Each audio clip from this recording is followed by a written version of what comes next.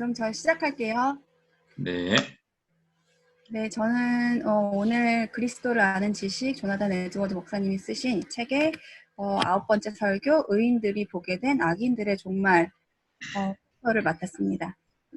이 백그라운드 쓰는 이 그림은 저희 집에 있는 5살 난 서재희 양이 얼마 전에 페인트 칠한 그림 그린 천국과 지옥인데 오늘 씬에 좀 맞는 것 같아서 제가 이것을 백그라운드로 썼어요. 네, 설교 의인들이 보게 될 악인들의 종말 구성에 대해서 보면 먼저 서론으로 시작하고 그 다음에 우리가 이제 이 말씀 중심 구절에 관해서 2가지 정도로 보고 있는데요.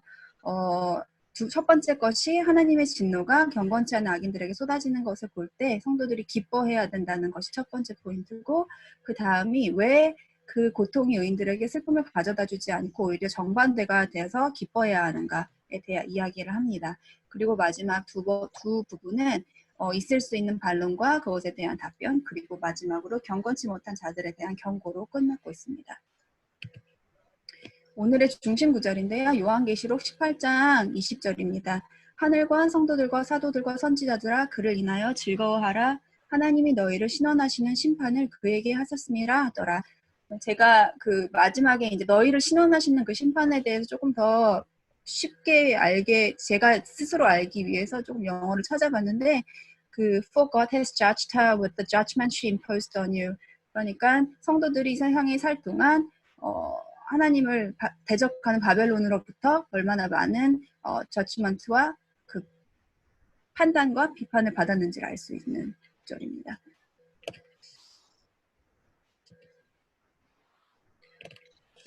이것은 요한계시록 18장에 나오는 바벨론의 몰락에 대한 매우 특이한 기록인데요. 여기서 나오는 바벨론은 특정한 바벨론이라는 그것도 있지만 좀 더 콜렉티블리 보면은 마귀에 거쳐 어리석은 영들의 처소, 부정하고 혐오스러운 모든 새의 동물을 이야기합니다.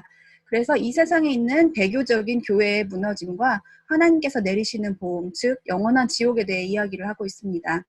요한계시록 19장 20절과 3절에 이야기하듯이 이 짐승, 그러니까 배교적인 그 모임의 지도자 또는 마귀로 지칭하는 그것뿐만 아니라 함께 따르는 사람들도 함께 잡히고 또 그들이 유황불 붙는 못에 던지운다고 이야기하고요.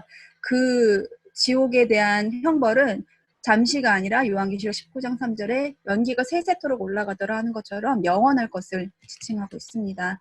그리고 이것은 단순하게 적그리스도의 멸망을 이야기한다기보다는 적그리스도를 향한 하나님의 진노가 저주라는 열매로 나타나서 주목할 만한 표징으로 뚜렷하게 보일 것을 이야기하고 있습니다.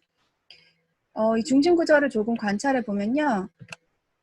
1번 대상은 거룩한 선지자들과 사도들, 그리고 또 하늘세계 나머지 거민에게 하고 있는 이야기입니다. 그들에게 하고자 하시는 메시지는 이제 바벨론이 멸망을 받아 하나님의 진노 아래에 있다는 사실을 기뻐해라고 요구하고 있습니다. 그 이유는 바벨론이 성도들의 피를 흘리고 잔인하게 핍박한 데 대하여 의로운 보응을 하나님이 하셨기 때문이라고 합니다. 요한계시록과 또 누가복음에 나와 있다시피 성도들과 선지자의 피를 흘렸으므로 죽임을 당한 모든 자의 피가 이 성중에 보였느니라. 또 누가복음에서 이야기하는 예수님께서 피 흘리심, 이 모든 것들이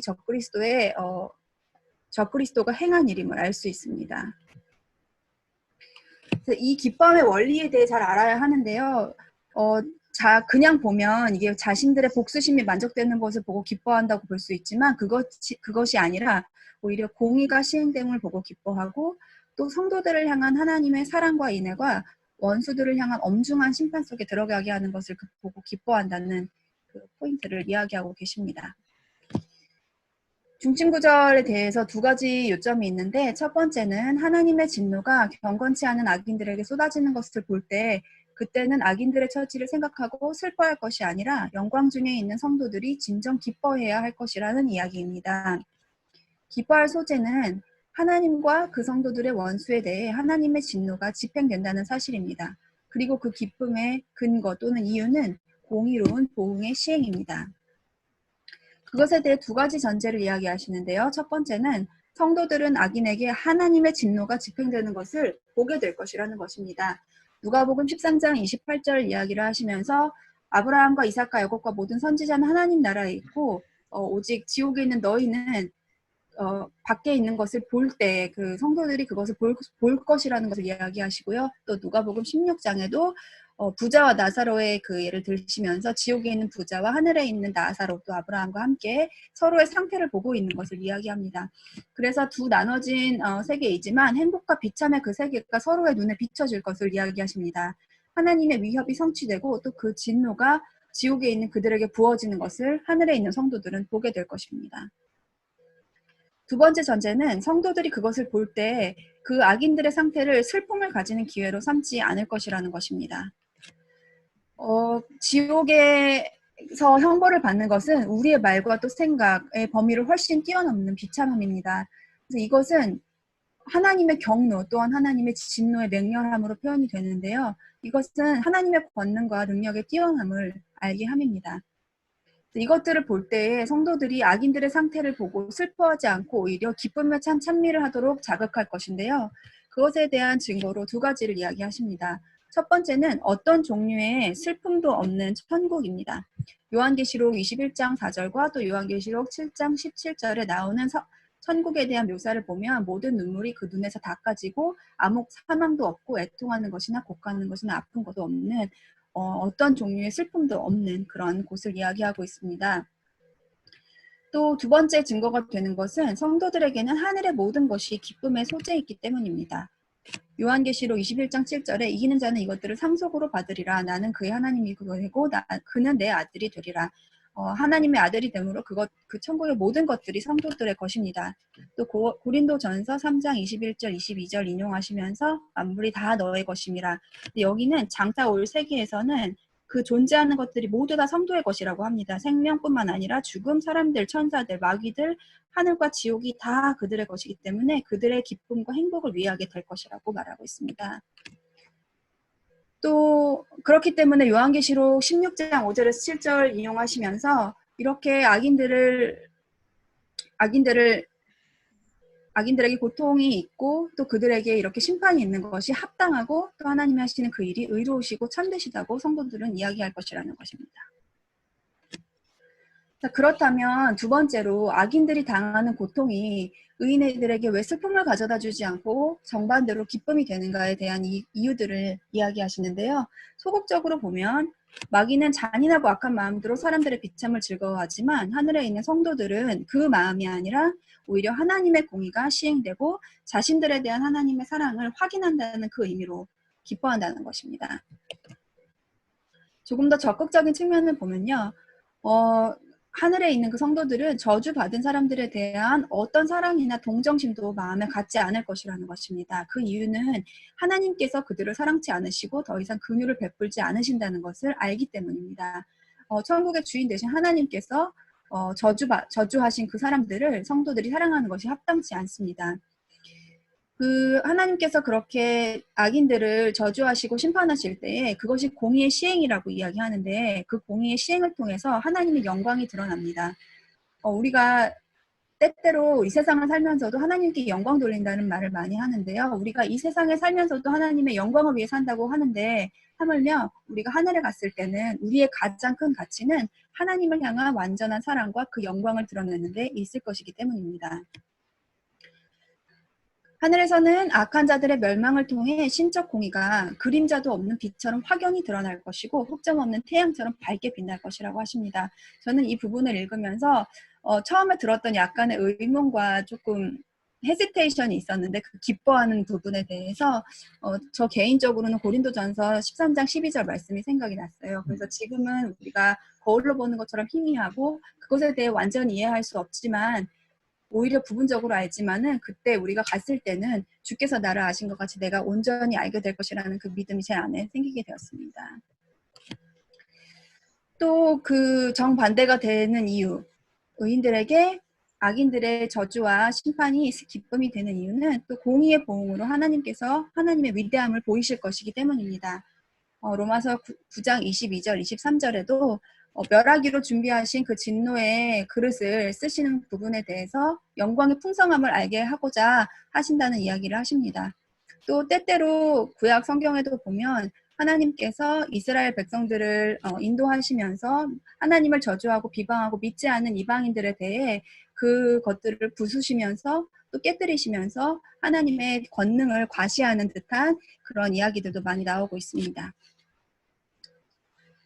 또 영광 속의 성도들이 그 지옥에 저주받은 자들의 무서운 상태를 볼 때 하나님의 위대하심과 더불어서 그들 자신이 하나님의 사랑의 대상이라는 것을 정말 즐겁게 여기고 행복을 느끼게 될 것이라는 이야기도 덧붙이십니다. 그리고 그 행복은 우리가 그 행복한 스테이터스에 있는 것이 다름 아닌 하나님의 주권적인 은혜이기 때문임을 깨달을 것입니다. 있을 수 있는 반론입니다. 우리가 이 세상에 살면서 어떤 영혼이 구원받지 못한 거에 대해 굉장히 슬픈 일로 여기는데 하물며 우리가 영광 중에 있는 성도들이 악인들의 저주당하는 것을 보면서 기뻐하는 것이 과연 합당한 것인가, 어째서 합당한 것인가라는 반론이 있을 때 그것에 대한 답변은 이렇다고 이야기하십니다. 우리가 이 세상 살면서 우리는 모든 사람을 사랑할 의무를 가지고 있습니다. 그것이 하나님을 비방하고 저주하는 사람들부터 시작해서 악인들 모든 사람들을 지칭합니다. 하지만 저 다른 세계에서는 지옥에서 저주받는 사람들은 하나님의 미움의 대상입니다. 그렇기 때문에 하나님의 미움의 대상인 그들을 우리가 천국에서 사랑할 의무 있지 않고요. 하나님의 눈에 만족스러운 것이 다 기뻐하는 것이 성도에게 합당한 것이라는 이야기를 하십니다. 하나님은 손 놓지 않으시고 지금도 악인의 구원을 위해서 부르십니다. 그리고 그것을 이루시기 위하여 사람들을 쓰십니다. 우리의 임무는 하나님의 뜻과 지금 이 세상에서는 우리의 임무는 구원을 위하는 일이 계속돼야 되지만 저 세상에서는 그것이 멈춰지고 오히려 하나님의 뜻과 영광을 즐거워하는 것이 우리의 임무가 될 것입니다. 이 부분은 제가 조금 한참 동안 들여다봤는데요. 지금 우리의 본성적인 정서, 누군가를 불쌍히 여기고 또 도와주고자 하는 마음, 또 그런 인내하는 마음, 그런 모든 정서들이 우리 지금 삶에 있어서는 중요하고 그것이 구원을 또 이렇게 이루게 하는데 중요하지만 나중에 우리가 저 세상에 갔을 때는 영광 중에 있는 그 성도의 성품은 우리의 본성적인 정서와는 좀 다른 것이고 그 정서가 오히려 덕이 되지 못한다고 하십니다. 왜냐하면 그것이 더 높은 방식으로 행사될 것이라고 하시는 것입니다. 그리고 마지막으로 그 악인에게 부어지는 공의의 보응이 하나님을 사랑하는 성도들에 대해서 그 사랑의 표징이 될 것입니다. 누가복음 18장 7절 말씀 인용하시면서 하물며 하나님께서 그 밤낮 부르짖는 택하신 자들의 원한을 풀어주지 아니하시겠느냐, 저희에게 오래 참으시겠느냐 이야기하십니다. 마지막으로 경건치 못한 자들에 대한 경고를 하시면서 마무리를 하시는데요. 지옥에는 긍휼도 동정도 허용되지 않는다. 그곳에서는 너희는 줄일 것이고 갈할 것이고 수치당할 것이고 심령이 상하고 마음이 슬프고 통곡할 것이다. 그리고 에스겔서에서도 여러 번 걸쳐서 내 눈이 아껴보지 않고 긍휼히 여기지 않을 것이다. 이 부분을 볼 때 우리가 사랑의 하나님을 많이 생각하게 되는데 하나님은 그와 못지않게 공의의 성정이 강하시고 그것들을 이루시기 위해서 우리의 눈에 볼 때 정말로 약간 무섭고 어떻게 보면 두렵고 떨리는 그런 일들도 있을 수 있다는 것을 저는 다시 한번 생각하게 된 계기가 되었어요.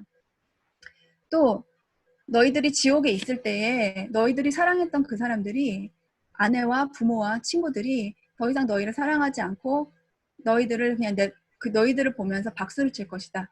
그것은 하나님의 공의가 성취되며 기뻐하는 그들의 모습을 이야기하시면서요. 오히려 지금이 기회이다. 권고를 받아들여야 할 마지막 기회이고 너희가 권고를 받아들여서 그것들을 다시 한번 구원을 이루게 되면 회심을 하면 천국 성도들은 환호할 것이다. 그렇기 때문에 지금 이 기회를 잡아야 된다 이야기를 하십니다. 그래서 거기서 이제 또 고린도후서 5장 20절 말씀 인용하시면서 우리가 그리스도를 대신하여 간구하노니 너희는 하나님과 화목하라 이렇게 이야기를 맺고 계십니다. 책의 내용은 이것이 마지막이고요. 제가 한 슬라이드 더 준비했는데 제가 생각하는 불신자들과 성도들에게 이 메시지가 왜 유익한가에 대해서 생각을 해봤는데요. 불신자들에게 주시는 그 메시지는 굉장히 명확하고 클리어하다고 생각합니다. 지금이 기회이다. 돌이켜라. 라는 메시지였던 것 같고요. 또 우리 믿는 사람들에게는 우리의 지금 사는 고달픈 삶에는 끝이 있고 우리가 이 땅에서 당하는 어떤 비판이나 판단이나 그리스도인으로 살면서 당하는 어려움이 오히려 하나님 나라에서 기뻐할 모습으로 나타난다. 그래서 그 모습이 우리에게 정말 희망이 되고 위로가 되고 또 그 나라를 기대하게 한다는 생각이 들었고요. 마지막으로는 그렇기 때문에 우리가 하늘에 가서는 오히려 하나님의 영광만을 위해서 기뻐하기 때문에 지금 주어진 이 삶에서 우리가 사랑하는 사람들을 위해서 또 아직 믿지 않는 영혼들을 위해서 더욱 힘써 기도하고 애써야 할 것을 촉구하는 마음을 받았습니다. 네, 여기까지가 제가 준비한 내용입니다.